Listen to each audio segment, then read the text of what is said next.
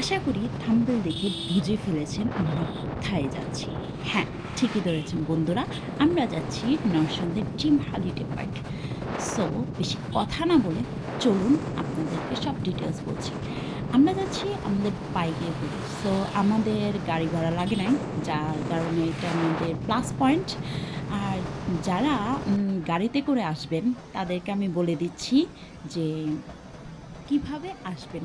ঢাকার বাহিরে যারা আছেন, মানে ঢাকার ভিতরে যারা আছেন তারা টঙ্গী আসবেন, টঙ্গী স্টেশন রোড। এখানে এসে তারপরে হচ্ছে যেই কোনো বাস বা যেগুলো নরসিংদী ড্রিম হলিডে পার্কে আসে সেই বাসে উঠলেই হবে। আপনারা সরাসরি চলে আসবেন। আমাদের বাইকে আসতে প্রায় লেগেছে ১ থেকে ২ ঘন্টার মতো, আই হোপ সো। সো আমরা গুগল ম্যাপ দেখে আসছি। আর এই হচ্ছে ড্রিম হলিডে এন্ট্রি, মানে শুরু থেকেই আমরা ভিডিও করেছিলাম। আর আপনার এখানে যারা বাইক নিয়ে আসবেন তাদের পার্কিং ব্যবস্থা ভালোই আছে, দেখেছি পরিবেশটা অনেক সুন্দর। আর যারা গাড়ি নিয়ে আসবেন তাদের জন্য অনেক সুবিধা আছে। আর আমরা যেদিন গিয়েছিলাম এটা হচ্ছে স্কুল পিকনিক ছিল, যার কারণে প্রচুর পরিমাণে ভিড় ছিল, প্রচুর পরিমাণে ভিড় ছিল। আর আমরা একটা রাইডেও উঠতে পারিনি। সবথেকে আমার ইচ্ছা ছিল যে ভূতের বাড়িতে যাওয়ার, কিন্তু আসলে আমি কি বলবো, আমি একটুও যেতে পারিনি। কারণ হচ্ছে এত বড় লাইন ছিল, এত বড় লাইন ছিল প্রত্যেকটা জিনিসে, যা কপাল খারাপ ছিল। যাই হোক, অবশ্যই সবাইকে সাজেস্ট করব যারা যাবেন তারা অবশ্যই অফ সিজনে যাবেন, পিকনিক সিজনে যাবেন না। কারণ আমরা গিয়ে প্রচুর মাইকার চিপায় পড়েছি। আর দ্বিতীয়ত হচ্ছিল গিয়া এখানে ১টা ২টা পিকনিক বাস ছিল না, প্রচুর ছিল। এবং হচ্ছে আপনার হুজুর মেবি মাদ্রাসার লোকরাও গিয়েছিল। তো আমরা এই যে আস্তে আস্তে করে ভিতরে ঢুকছি এবং আশেপাশে আপনাদেরকে ভিডিও করে দেখাচ্ছি। আমি এর আগে গিয়েছিলাম, মানে আমার বিয়ের বহু বছর আগে। তখন মানে এটা নতুন হচ্ছে, তখন এত কিছু দেখি নাই, এত কিছু ছিল না। এখন আমার বিয়ের পর আমার বাচ্চাকে এই প্রথমবার নিয়ে গিয়েছি। আর ইউসুফেও ছিল এটা প্রথম ট্যুর, মানে ওর এই প্রথম ট্যুর ছিল। আম, ও খুব উপভোগ করেছে, ও অনেক মজা পেয়েছে ওর বাবার সাথে। আর আমার হাজব্যান্ডেরও এটা প্রথম ছিল। সো আমাদের সবারই প্রথম, অনেকই ভালো লাগছে। সো এই যে দেখতেই পাচ্ছেন যে পিকনিকের সবাই এখানে। আমরা হাঁটার মতো কোনো স্কোপ পাইনি। যাই হোক, চলেন দেখা যাক কী করা যায় আর কিতে উঠা যায়, আপনাদেরকে দেখাচ্ছি। সো দেখেন আমার হাজব্যান্ড এখানে সেলফি নেওয়ার একটা পোস্ট নিচ্ছে, তো আমিও সামনে আসলাম, এসে পোস্ট দিলাম। টানা টানা। যাই হোক, আপনারা দেখেন এক এক করে, সাথেই থাকেন।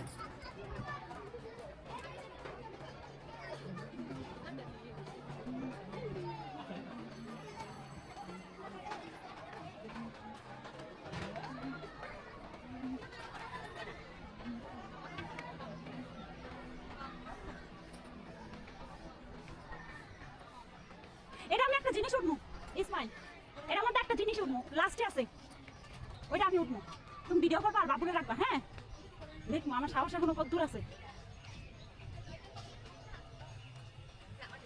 তুমি উঠবা না জীবনও, বাবা মা পোসাই দোয়া পোসাই না, আমার উঠাইস না।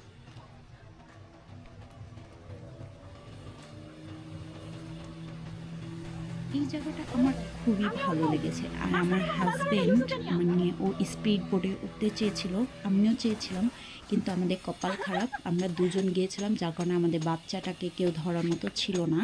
আর বেবি নিয়ে উঠতে চাচ্ছিলাম না, কারণ হচ্ছিল গিয়া যদি একটা আল্লাহ না করুক দুর্ঘটনা ঘটে, যার কারণে আমরা স্পিড বোটে উঠতে পারি নাই। তো আমরা আশেপাশে ঘুরছি। আর এই জায়গাটা আমার খুবই ভালো লাগছে। আর এইটা হচ্ছে ওয়াশরুম।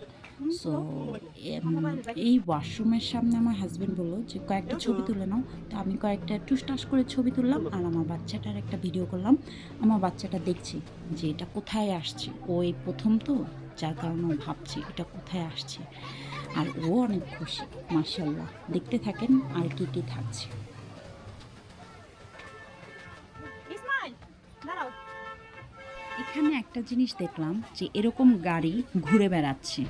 আপনি ওখানে গেলে ভিতরে ঢুকলে ভিতরে এরকম গাড়ি পাবেন যারা মানে মুরব্বি আছে বা পায়ে সমস্যা, হাঁটতে পারেন না বা এত বড় এরিয়া ঘুরে মানে একদিনে তো আর সম্ভব না ঘুরে দেখা।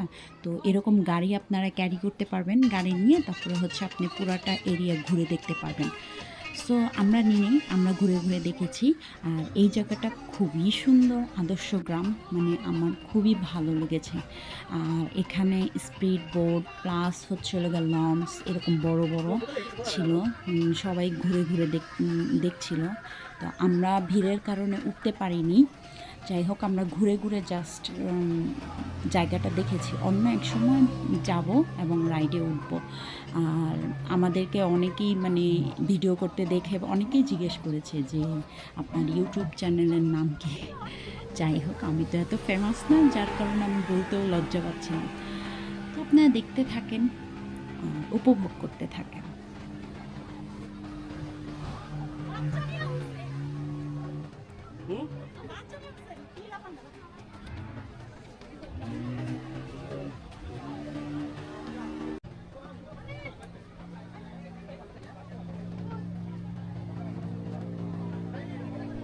এই জায়গাটা ছিল অনেক সুন্দর। এই জায়গাটা ছবি তোলার জন্য বেস্ট অপশন ছিল। আর স্কাই ট্রেনের কোনো ভিড় ছিল না, যার কারণে আমরা 2টা টিকিট কেটেছি এবং কেটে ওঠার জন্য রওনা হলাম। এখানে একটা জিনিস আমার খুব ভালো লাগছে যে এই পানির যে ফোয়ারাটা, এটা আমার খুবই ভালো লাগছে। সবথেকে বেশি মজা লাগতো যদি খালি পায়ে হাঁটা যেত। অ্যাকচুয়ালি আমার কোলে বাবু ছিল, যার কারণে আমি খালি পায়ে হাঁটতে পারিনি, কিন্তু আমার খুবই ভালো লাগছে। সত্যি কথা মানে আপনারা যদি যান অবশ্যই এই জায়গাটায় হাঁটবেন এবং ছবি তুলবেন। আমার বাবুর জন্য আমি বসেও ছবি তুলতে পারি নাই। দেখতে থাকেন।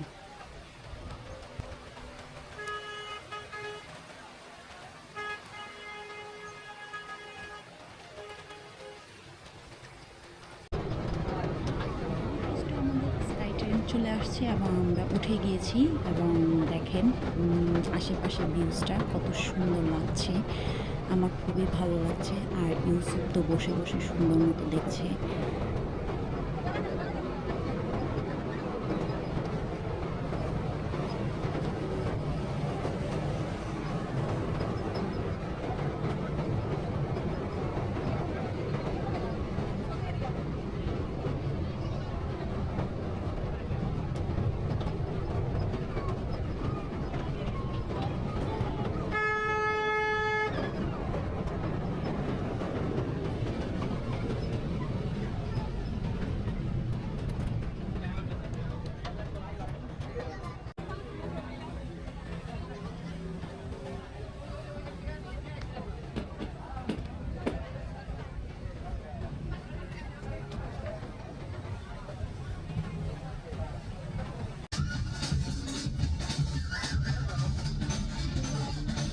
এত দূর থেকে কষ্ট করে আসলাম, কিন্তু কি আর হলো বলেন।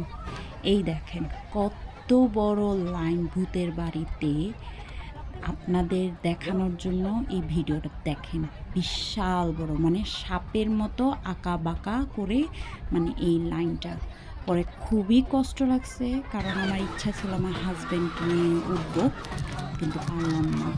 আর এইটা দেখে তো আমার পুরাই মাথা ঘুরানি, বমি আসছে, কারণ আমি জানি না এরা কিভাবে উঠছে।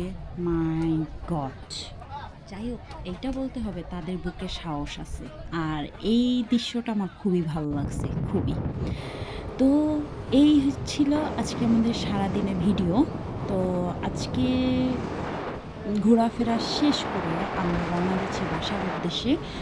আর ওরকম একটা কিছুতেই উঠি নাই। আপনারা অবশ্যই গেলে কোনোটাই মিস করবেন না। অবশ্যই অবশ্যই রাইডে উঠবেন। আর আমাদের মেবি খরচ হয়েছে 2 থেকে 3,000 টাকা, মেবি, আমি শিওর জানি না, কিন্তু 3,000 টাকার মতো হয়েছে খাওয়া দাওয়া সব কিছু মিলে। সো 2জন ব্যক্তি যদি যান 5,000 টাকার মধ্যে আমার মতে সব কিছু হয়ে যাবে। সো আজকের জন্য আপনাদের কাছ থেকে নিচ্ছি বিদায়। আল্লাহ হাফেজ।